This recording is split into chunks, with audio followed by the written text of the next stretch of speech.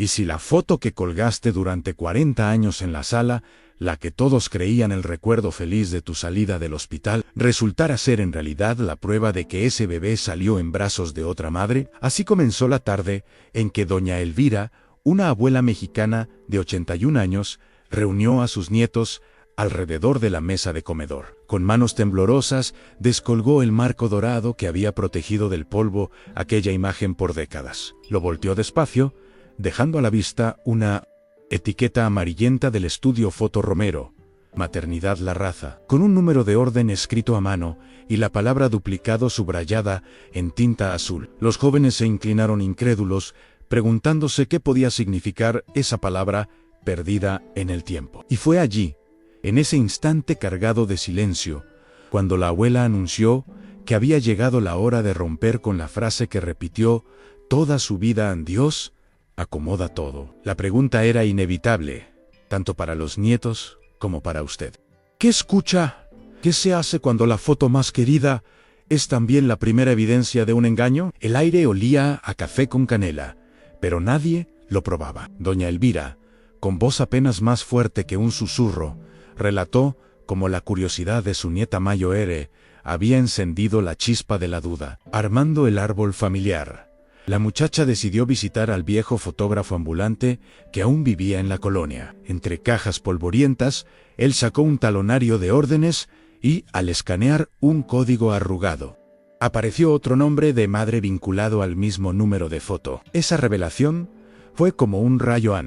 El recuerdo entrañable de la salida del hospital se transformó de pronto en un indicio de sustitución. Los nietos, acostumbrados a confiar en la tecnología para validar datos, entendieron de inmediato la gravedad del hallazgo. Doña Elvira colocó la foto boca abajo sobre la mesa y añadió que ese era apenas el primer hilo de una madeja enorme. La tarjeta de huellas plantares con cunas contradictorias, la cartilla de vacunación con fechas imposibles y un libro parroquial que registraba 2 bautizos simultáneos con el mismo padrino. «Todo está aquí», dijo ella, señalando una carpeta manila repleta de papeles.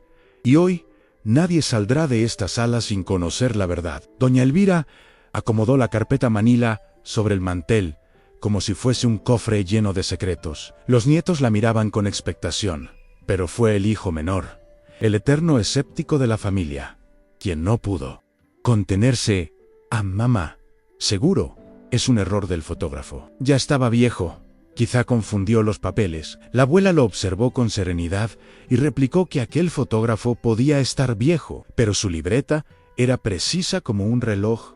Cada número de orden correspondía a una madre, a un bebé, a un instante capturado en la maternidad. «No es confusión, hijo», dijo ella con voz grave, «es duplicidad». Y con esa palabra abrió un camino de silencio que recorrió la sala como una corriente fría. Los nietos, incrédulos, recordaron las veces que posaron para esa foto colgada en la pared, sin sospechar que tras ese marco se escondía una etiqueta que gritaba otra historia. Para dar contexto, la abuela regresó a abril de 1962, a los pasillos del Hospital La Raza durante una noche de corte de luz. Describió cómo las enfermeras corrían con lámparas portátiles, como los cuneros se llenaban de sombras y como una suplente, que nadie volvió a ver, entregó a las madres a sus hijos, envueltos en mantas ajenas.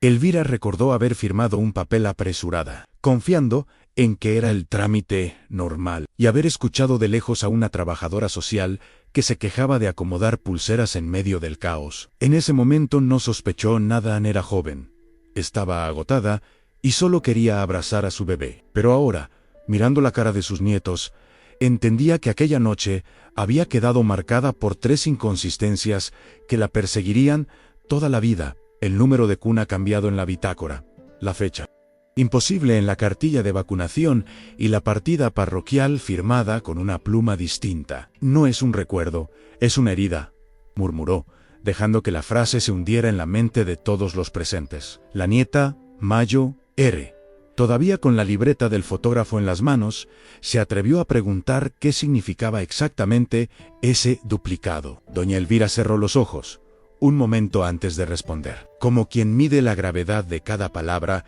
significa que hubo 2 bebés para un mismo número de orden, y uno de ellos salió conmigo, aunque tal vez no era el mío. El silencio en la sala fue inmediato, tan espeso que solo se oía el zumbido del refrigerador. Los nietos, con la respiración contenida, comprendieron de golpe que la historia de la familia podía estar sostenida sobre un error o una decisión tomada en la penumbra de un hospital sin luz. El hijo escéptico movió la cabeza, incrédulo, insistiendo en que eran cosas del pasado que no tenían sentido remover. Pero la foto, en el marco dorado, con su etiqueta marcada en tinta azul, era demasiado contundente para ignorar. Doña Elvira, entonces, sacó de la carpeta una tarjeta vieja con las huellas plantares. Allí, el sello decía cuna 12, pero en la bitácora de neonatología, que ella había obtenido años después con ayuda de un conocido, figuraba cuna 21 para la misma fecha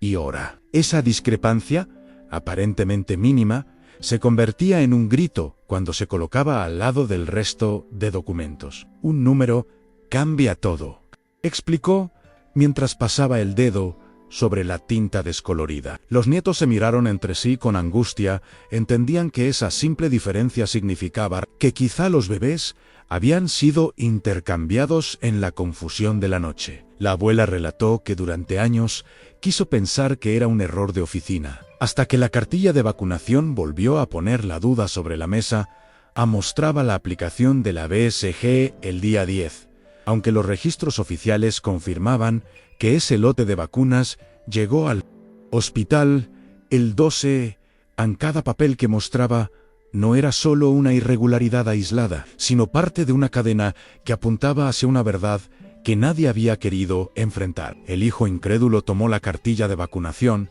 y la levantó frente a la luz, como si así pudiera desmentir lo que estaba escrito. Seguro alguien escribió mal la fecha, murmuró, intentando aferrarse a cualquier explicación que devolviera normalidad a su historia. Pero la abuela negó suavemente con la cabeza y relató cómo, años atrás, había conseguido una copia de la cadena de frío de ese lote de vacunas.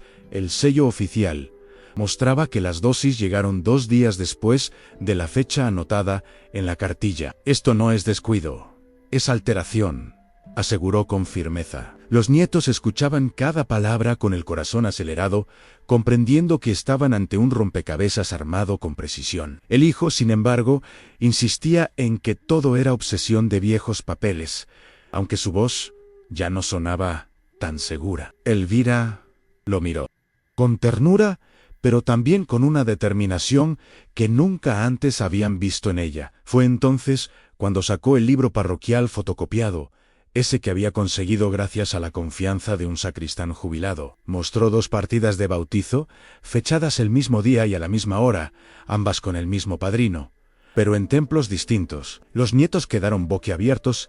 Aquello ya no era un simple error administrativo, sino una contradicción imposible de sostener. «Dígame ustedes, si esto parece casualidad», preguntó la abuela, clavando sus ojos en cada uno de los presentes. El aire se volvió denso, como si las paredes de la sala se cerraran sobre la familia entera. Los papeles estaban allí, sobre la mesa, como testigos mudos de una verdad que había sido enterrada bajo excusas religiosas y trámites maliciosos. Y por primera vez, incluso el hijo incrédulo se quedó sin palabras, apretando los labios como quien empieza a aceptar lo inevitable en que la historia de su origen estaba construida sobre documentos falsificados, con demasiada intención para llamarlos errores. Doña Elvira, con un gesto pausado, deslizó sobre la mesa un cassette transparente marcado con tinta negra Travalló Social -1962. Explicó que pertenecía a una trabajadora social jubilada que, años después, le confesó haber grabado algunas conversaciones internas del hospital para protegerse. En la cinta, entre ruidos metálicos y voces distantes, se escuchaba claramente a alguien decir: «Acomoda las pulseras». Antes del pase de lista, aquellas palabras, secas y contundentes, la persiguieron durante décadas como un eco imposible de apagar. Los nietos, al escuchar el relato, se miraron atónitos. No era solo un cúmulo de papeles inconsistente, sino una voz atrapada en un cassette que confirmaba lo que la abuela llevaba insinuando desde hacía años. ¿Quién acomoda pulseras en medio de un corte de luz? ¿Quién decide cuál bebé va a cada cuna? Lanzó la pregunta al aire, dirigiéndose también a usted, espectador, invitándolo a reflexionar sobre el peso de un gesto que pudo cambiar vidas enteras. El hijo incrédulo, con el ceño fruncido, trató de restarle importancia, diciendo que tal vez se trataba de una broma entre colegas o de un malentendido grabado fuera de contexto.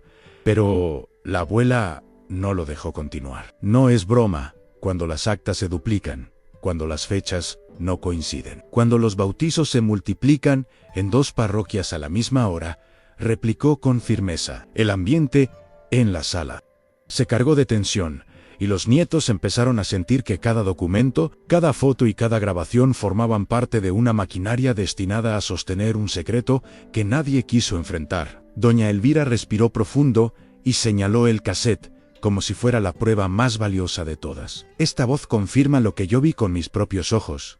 Aquella noche, los bebés fueron movidos como fichas, bajo la excusa de un acto de amor. En ese instante, nadie pudo replicar. La verdad estaba ya demasiado cerca para seguir escondida bajo la sombra de las dudas. Doña Elvira se llevó una mano al pecho, como buscando calma, y continuó el relato con una precisión que dejó a todos sin aliento. Recordó cómo, semanas después del parto, una enfermera tocó a su puerta para entregar un papel faltante. Lo curioso era que el documento no tenía membrete oficial y la firma parecía calcada de otro registro. Ese día entendí que algo no estaba bien, pero también entendí que estaba sola, confesó. Guardó ese papel en la caja metálica que nunca permitió que nadie revisara, convencida de que un día sería necesario. Los nietos se inclinaron sobre la mesa para ver aquella hoja amarillenta, con un número de expediente que jamás coincidió con el resto. La sensación era clara. Cada nuevo dato que salía a la luz confirmaba que detrás del supuesto milagro había una red de manos alterando registros, acomodando piezas como si la vida de un recién nacido fuese un trámite intercambiable. El hijo incrédulo, ahora más pálido que desafiante, balbuceó que seguramente era un documento de repuesto, porque en esa época faltaban formatos, pero sus propias palabras sonaban huecas, incapaces de borrar lo que los ojos veían. Entonces, la nieta Mayoere tomó valor y preguntó lo que todos pensaban. Abuela, ¿entonces nuestro apellido podría no ser el que nos corresponde? Doña Elvira guardó silencio unos segundos antes de responder. Eso es lo que estamos por descubrir, y por eso hoy hablo, aunque me tiemble el corazón. La frase cayó como un trueno en la sala.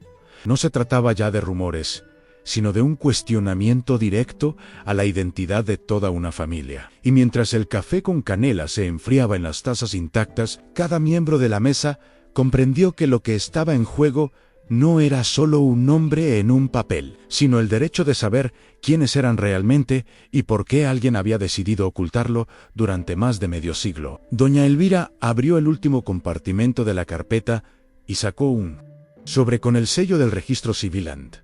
Dentro había 2 copias del acta de nacimiento, una con el apellido que la familia siempre usó y otra con el mismo folio y la misma fecha, pero con el segundo apellido cambiado. Aquí está la prueba de que no fue un error casual, sino una duplicidad intencional, dijo con voz grave. Los nietos, al comparar ambas hojas, sintieron un nudo en la garganta.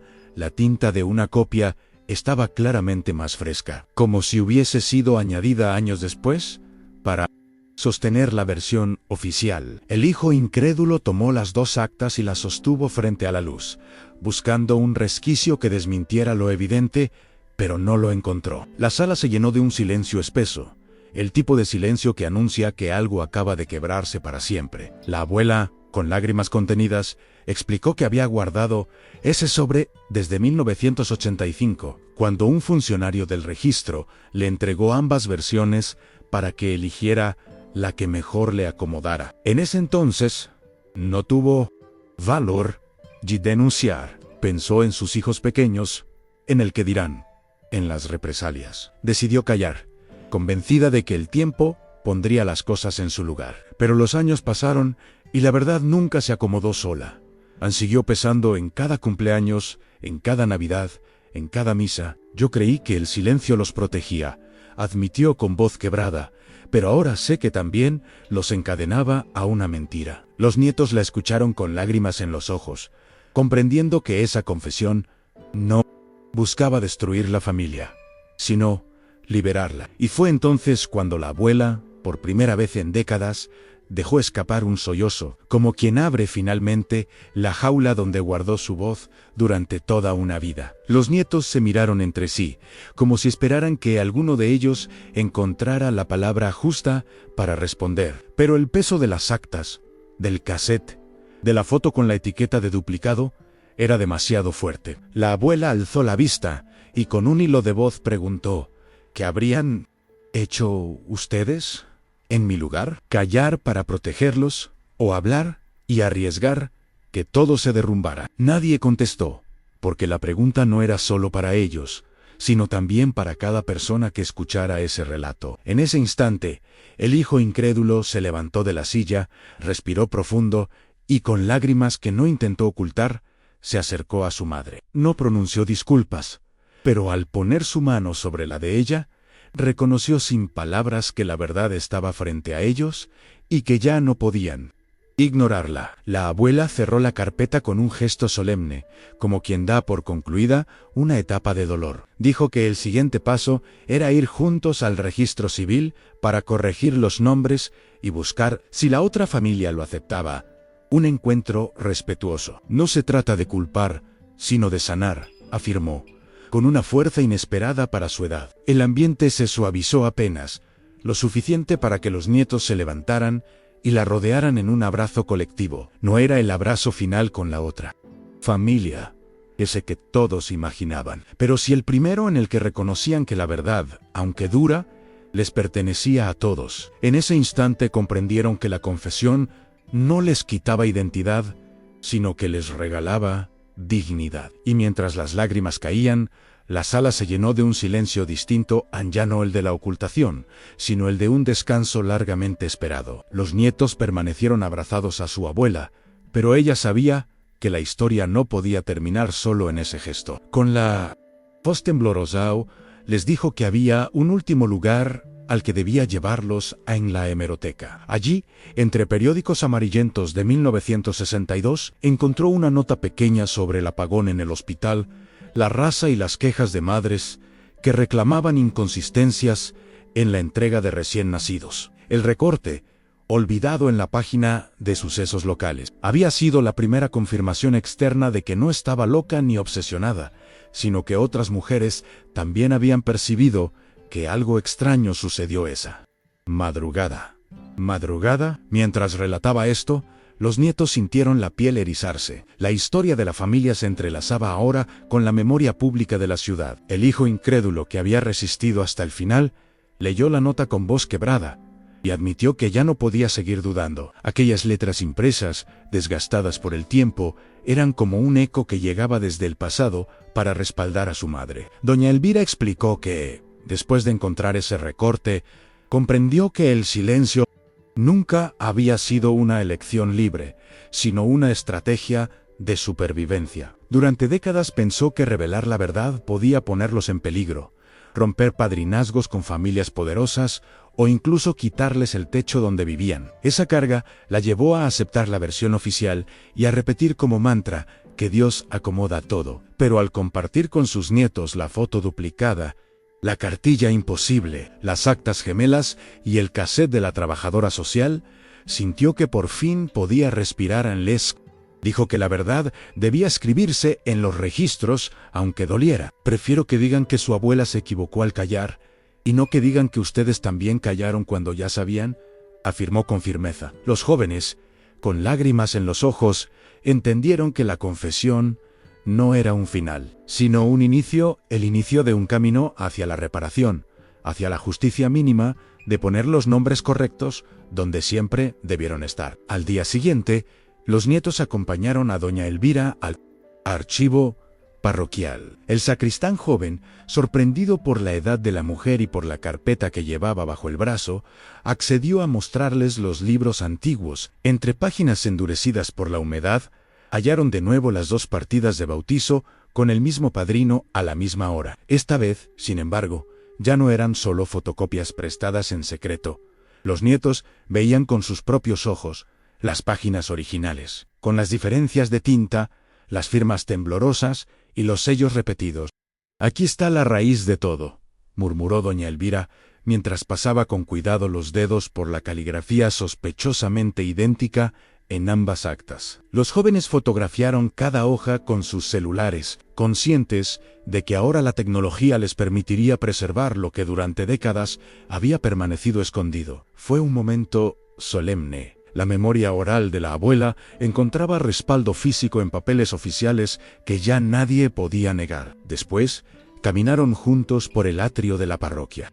En silencio, hasta que la nieta Mayo preguntó: «¿Y qué haremos con todo esto?». Doña Elvira se detuvo, miró hacia la torre del templo y respondió: «Han lo que ustedes decidan, pero no se atrevan a esconderlo otra vez». Esa frase quedó flotando como una advertencia y como un legado. Los nietos comprendieron que el peso ya no recaía solo en los hombros de la abuela, sino en los suyos. Si callaban, perpetuarían el acto de amor que había justificado el intercambio. Si hablaban, iniciarían un proceso doloroso, pero liberador. El hijo incrédulo, con la voz quebrada, reconoció que quizá había temido toda su vida enfrentar la verdad, porque significaba admitir que los cimientos de la familia estaban construidos sobre una mentira. Pero ahora, mirando a su madre y a sus hijos, entendía que seguir negando sería condenarlos a una cadena de silencio que nunca acabaría. Esa misma tarde, ya en casa, doña Elvira volvió a colocar la foto en su marco dorado, pero esta vez lo hizo con el dorso visible, mostrando la etiqueta de duplicado. «Así quiero que quede, para que nadie olvide lo que descubrimos», dijo con firmeza. Los nietos, sorprendidos por la decisión, entendieron el gesto.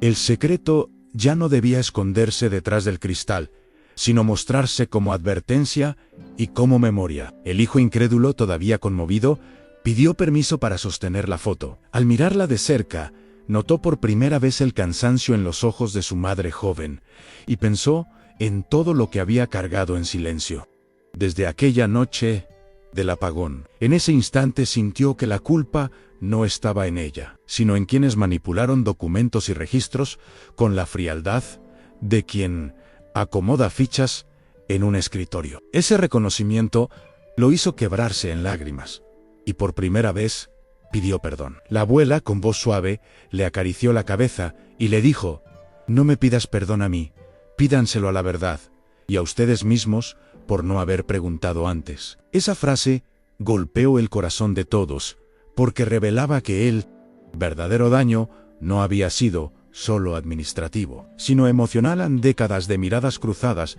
y sospechos silenciados, de preguntas nunca hechas. Los nietos se acercaron a ella y con determinación juvenil prometieron acompañarla en los trámites que hiciera falta en registro civil, hemeroteca, incluso tribunales si era necesario. «Ya no callaremos más», dijeron casi al unísono. Elvira los miró con ternura y orgullo, comprendiendo que la confesión había dado frutos a la carga que la había consumido medio siglo. Ahora se transformaba en compromiso colectivo, y aunque el abrazo con la otra familia aún no había llegado, todos sabían que estaban listos para enfrentarlo cuando ocurriera. Al amanecer del día siguiente, la familia entera se presentó en el registro civil con la carpeta repleta de pruebas. La empleada de ventanilla, al ver tantos documentos amarillentos y desgastados, arqueó las cejas y los remitió con rapidez al archivo histórico. Allí, un funcionario Mayo los recibió con paciencia y, tras revisar las actas, murmuró con pesar: «Aquí hay duplicidad evidente». Alguien alteró los libros. Doña Elvira sintió que las piernas le temblaban. Escuchar de boca oficial lo que sospechó durante medio siglo era como recibir una bofetada y un alivio al mismo tiempo. Los nietos anotaban cada palabra, decididos a no dejar escapar un detalle. El hijo incrédulo, en cambio, guardaba silencio con los ojos rojos, como si el reconocimiento oficial hubiera terminado de derrumbar sus últimas defensas. La abuela respiró hondo, consciente de que estaba asistiendo al principio de la reparación. La verdad, al fin, se estaba escribiendo en los mismos papeles donde antes había sido borrada. Al salir del registro, la familia se detuvo en la plaza central. Elvira, con el marco dorado entre las manos, Levantó la foto al sol, como si quisiera purificarla. Les dijo que la verdadera herencia no eran las casas ni los apellidos, sino la decisión de no permitir que la mentira siguiera, marcando generaciones. Si callamos, seremos cómplices. Si hablamos, quizá perdamos comodidades, pero ganaremos paz, afirmó con la fuerza de quien sabe que está cerrando un ciclo. Los nietos la abrazaron y prometieron preservar cada documento, cada recorte y cada cassette como parte de la memoria familiar. No sabían cómo reaccionaría la otra familia cuando llegara el momento del encuentro, pero entendían que habían dado el paso más difícil en reconocer el secreto, nombrarlo y enfrentarlo unidos. Mientras el sol iluminaba la plaza, la abuela sintió que, por primera vez en más de 50 años, podía caminar ligera, con la certeza de que la verdad ya no estaba sepultada en cajones ni oculta detrás de marcos dorados. Doña Elvira regresó esa noche a su casa y, antes de dormir, volvió a mirar el marco dorado, ahora invertido en la pared. Sonrió con tristeza, pero también con alivio. En ese rectángulo de madera ya no era un símbolo de engaño, sino un recordatorio de valentía. Al final, la verdad no me quitó familia, me dio más, pensó, convencida de que tarde o temprano llegaría el momento de encontrarse con aquellos que compartían su sangre. Los nietos, fortalecidos por la experiencia, comprendieron que la reparación no consistía solo en cambiar apellidos en un papel, sino en rescatar la dignidad de quienes habían sido silenciados. Y en ese acto sencillo de colgar una foto con el dorso visible, la abuela les enseñó la lección más grande: el silencio protege por un tiempo, pero la verdad sana para siempre. Querido espectador, si esta historia lo conmovió, le invitamos a no dejarla aquí. Suscríbase a este canal para escuchar más confesiones que nos recuerdan el valor de la memoria. Déjenos un me gusta si cree que la verdad, aunque tarde, siempre debe salir, y comparta este relato con quienes ama. Active la campanita para no perderse ninguna nueva historia, porque quizá en su familia también haya un documento, una foto o un silencio esperando ser descubierto. Entre todos, rescatemos la memoria y devolvámosle a cada historia su verdadero lugar.